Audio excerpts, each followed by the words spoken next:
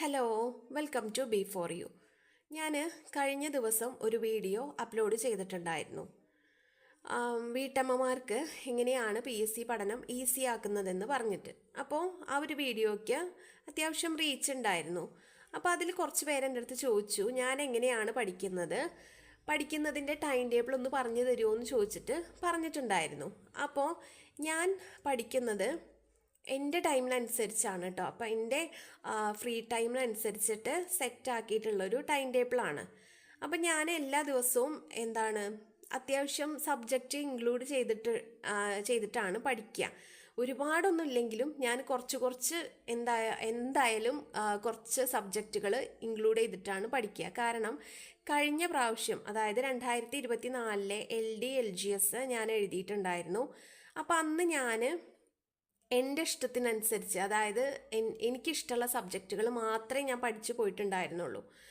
അപ്പോൾ അതിന് മുന്നേ കഴിഞ്ഞിട്ടുള്ള LDയുടെ ക്വസ്റ്റ്യൻ പേപ്പറൊക്കെ ഞാൻ നോക്കിയപ്പോൾ എനിക്ക് മനസ്സിലായി ഞാൻ പഠിച്ചതൊന്നുമല്ല, ഒരുപാട് ഇനിയും പഠിക്കാനുണ്ടെന്ന് എനിക്ക് മനസ്സിലായി. കാരണം അന്നാണ് എനിക്ക് മനസ്സിലായത് ഇതിനൊരു കറക്റ്റായിട്ടുള്ള ഒരു സിലബസ് ഉണ്ട് എന്ന് മനസ്സിലായത് അന്നാണ് കേട്ടോ.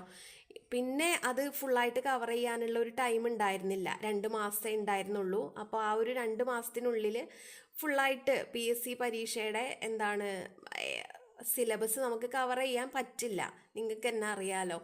അപ്പോൾ അന്ന് ഞാൻ തീരുമാനിച്ചതാണ് കേട്ടോ, ഇനിയുള്ള എക്സാമിനെങ്കിലും കുറച്ച് പോർഷൻസ് എങ്കിലും കംപ്ലീറ്റ് ചെയ്തിട്ട് ആ പോർഷൻസിൽ നിന്ന് വരുന്ന ക്വസ്റ്റ്യൻസിന് നമ്മൾ കറക്റ്റായിട്ട് ആൻസർ ചെയ്യണം എന്നുള്ള ആ ഒരു ഇതിലേക്ക് വന്നത് കേട്ടോ.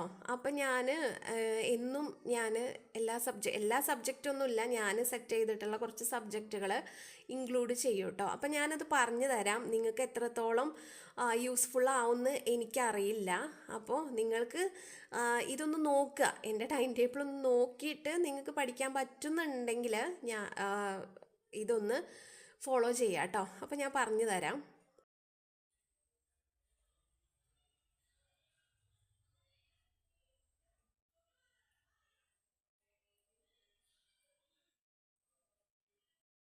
അപ്പോൾ ഇതാണ് കേട്ടോ എൻ്റെ ടൈം ടേബിൾ, ഞാൻ ഫോളോ ചെയ്യുന്ന ടൈം ടേബിൾ.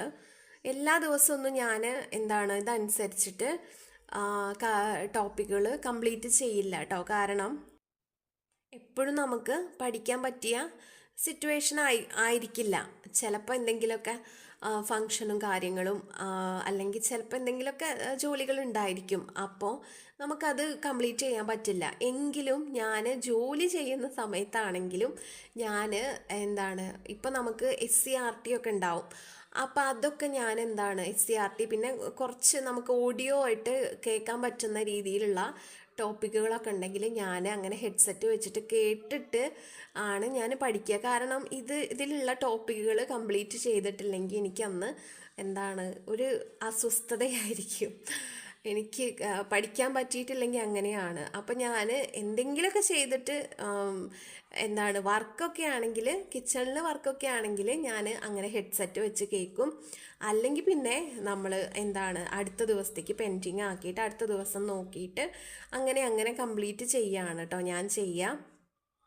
നമ്മൾ കുറച്ച് ടോപ്പിക്കുകളേ ഉള്ളൂ പഠിക്കുന്നതെങ്കിലും അത് നമ്മൾ ബൈ ഹാർട്ട് ആക്കുക. കാരണം അത് നമ്മൾക്ക് നമ്മളെ കയ്യിൽ ഉറപ്പിക്കുക, അതിൽ നിന്നുള്ള മാർക്ക് നമ്മൾ ഉറപ്പിക്കുക, എന്നിട്ടേ നമ്മൾ മറ്റുള്ളതിലേക്ക് പോകാൻ പറ്റുള്ളൂ. ഞാൻ അങ്ങനെയാണ്. ഞാൻ ഒരു ടോപ്പിക്ക് എടുത്തിട്ടുണ്ടെങ്കിൽ അത് കുറച്ച് ദിവസം ആ ടോപ്പിക്കിൻ്റെ ടോപ്പിക്ക് തന്നെ ആയിരിക്കും കേട്ടോ. പിന്നെ അത് കുറച്ച് നമുക്ക് അതായത് ക്വസ്റ്റ്യൻസ് ഒക്കെ ആൻസർ ചെയ്യാൻ പറ്റുന്നുണ്ട് എന്ന് കണ്ടാൽ മാത്രമേ ഉള്ളൂ ഞാൻ അടുത്ത ടോപ്പിക്കിലേക്ക് പോകും. അപ്പോൾ ഞാൻ പഠിച്ചിട്ടേ ഉള്ളൂ അടുത്ത ടോപ്പിക്കിലേക്ക് പോവാം. പിന്നെ ശനിയാഴ്ച ഞാൻ കറണ്ട് അഫേഴ്സ് തീരാത്ത ഏതെങ്കിലും പോർഷൻസ് ഉണ്ടെങ്കിൽ കറണ്ട് അഫേഴ്സിന് വേണ്ടിയിട്ട് മാറ്റി വയ്ക്കും ശനിയാഴ്ച. പിന്നെ ഞായറാഴ്ച നമുക്ക് എപ്പോഴൊന്നും ഫ്രീ ആയിക്കൊള്ളണം എന്നില്ല, എന്നാലും ഫ്രീ ആവുന്ന ഒരു ദിവസമാണെങ്കിൽ ഞാൻ PYQ ചെയ്യും കേട്ടോ. അന്ന് ഒരു 2 PYQ ഒക്കെ ചെയ്യാറുണ്ട്.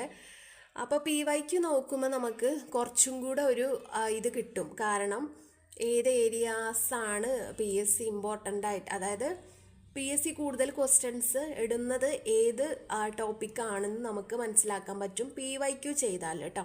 അപ്പം ഞാൻ ശനിയാഴ്ച കറണ്ട് അഫേഴ്സിനും പിന്നെ അതുപോലെ ഞായറാഴ്ച PYQ ചെയ്യാനും വേണ്ടിയിട്ട് മാറ്റി വയ്ക്കും കേട്ടോ.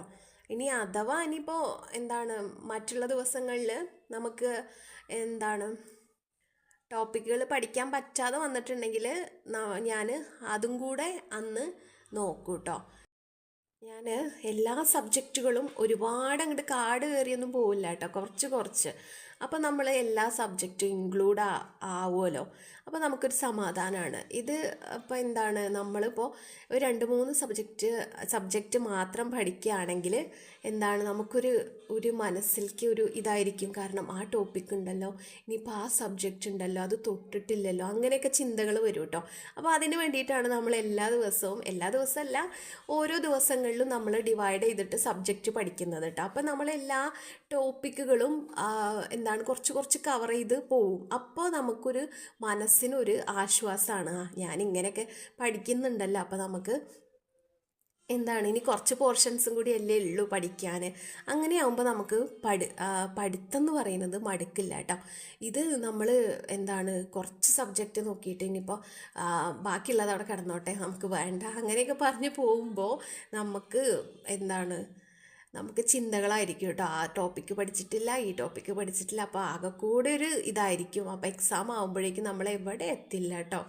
അപ്പോൾ ഞാനിങ്ങനെയാണ് കേട്ടോ പഠിക്കുന്നത്. നിങ്ങൾക്ക് ഈ ഒരു ടൈം ടേബിൾ ഫോളോ ചെയ്യാൻ പറ്റുന്നുണ്ടെങ്കിൽ ഒന്ന് ട്രൈ ചെയ്ത് നോക്കുക. മാക്സിമം ഞാൻ ഓഡിയോ ക്ലാസ് കേട്ടിട്ട്, കിച്ചണിലാവുമ്പോൾ ഓഡിയോ ക്ലാസ് കേട്ടിട്ടാണ് കേട്ടോ സബ്ജക്റ്റുകളൊക്കെ കംപ്ലീറ്റ് ആക്കുന്നത്. അപ്പോൾ ഇങ്ങനെ ഒന്ന് ചെയ്ത് നോക്കുക. അപ്പോൾ നിങ്ങൾക്ക് യൂസ്ഫുൾ ആയിട്ടുണ്ടെങ്കിൽ അത് കമൻറ്റ് വഴി ഒന്ന് അറിയിക്കുക കേട്ടോ. അപ്പോൾ ഇത്രയേ ഉള്ളൂ കേട്ടോ. താങ്ക്